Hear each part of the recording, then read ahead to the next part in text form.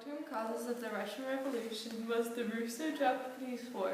This was caused because the Russians wanted a warm water port, but the Japanese wouldn't give it to them, and the Japanese eventually declared war on the Russians. The war ended with the Treaty of Portsmouth, which was mediated by Theodore Roosevelt, and the world was very surprised by the military dominance of the Japanese.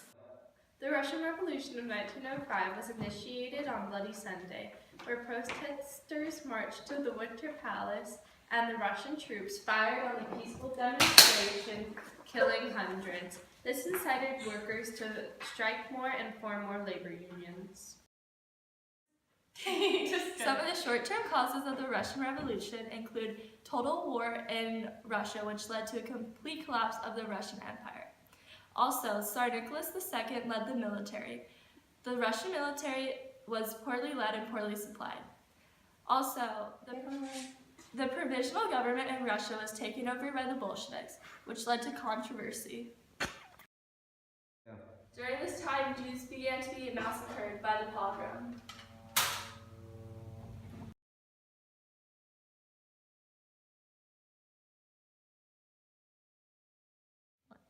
I, Tsar Nicholas II of Russia, think we should form an alliance.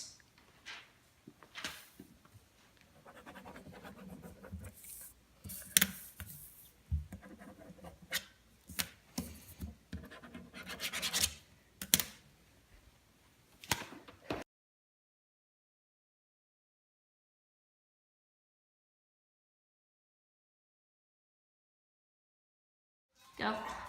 I'm Tsar Nicholas II of Russia, and I rule this autocracy.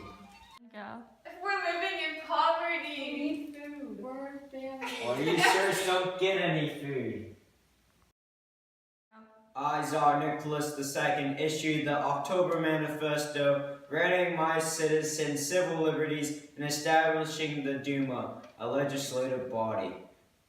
Thank you, Tsar.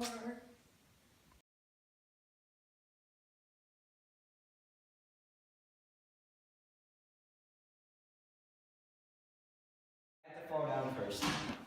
Oh. Oh no! Someone help my son! He has hemophilia! Rusty Tim, I love you so much! Can you please rule this country?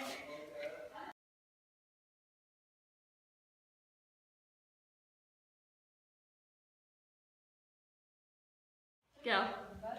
Rasputin had so much influence on the government that the government eventually assassinated him.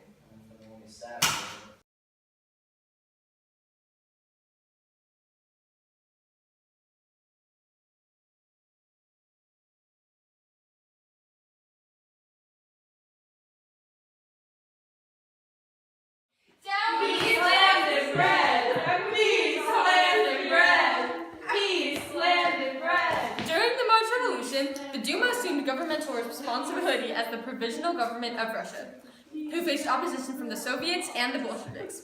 In the April thesis, Lenin spoke about how the Soviets could be used as sources of power.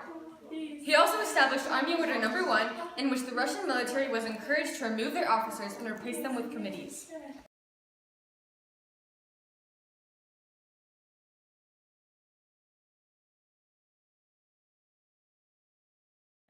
On March 12th, the Duma assumed governmental control of Russia, the same day that the Tsar abdicated the throne.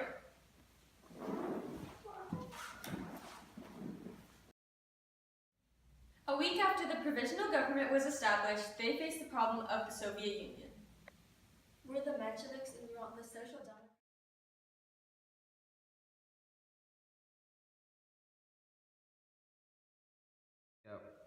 We're the Mensheviks and we want the Social Democrats to be a part of the mass electoral socialist party.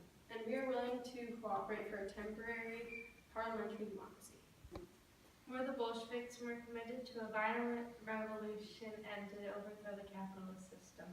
We were led by Lenin, and when the provisional government was established, we saw it as an opportunity to seize power in Russia. Perfect.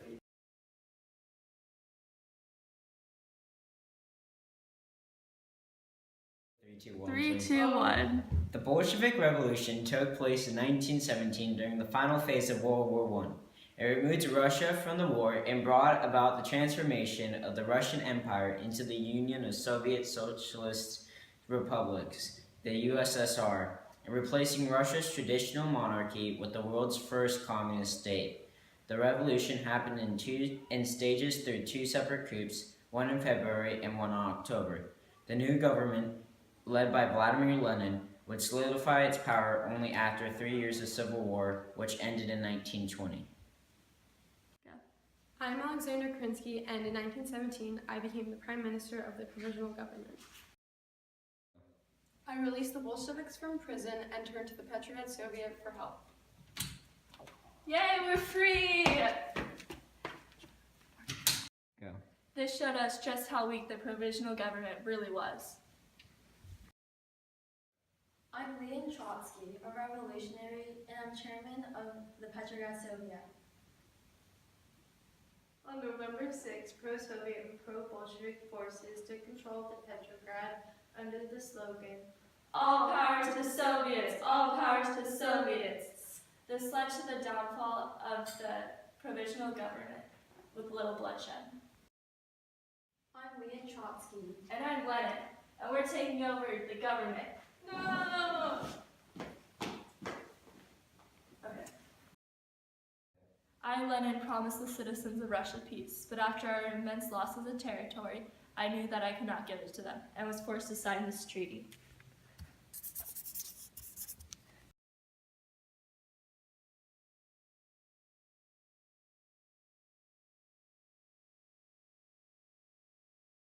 Go.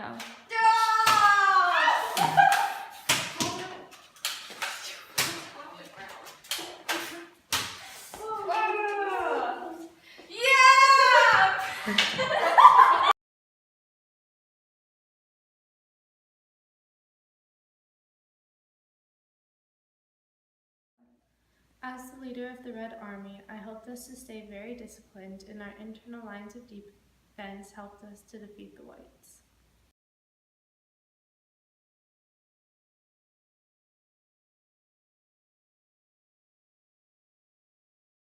In the war, I also implemented war communism to supply the army.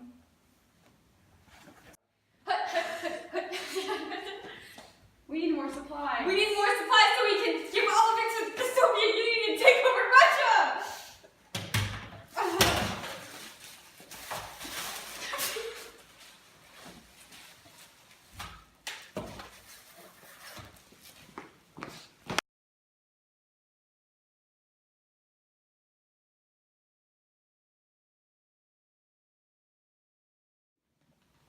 Yes. I implemented a new economic policy which progressed Russia towards state capitalism and allowed peasants to sell their grain for small profits.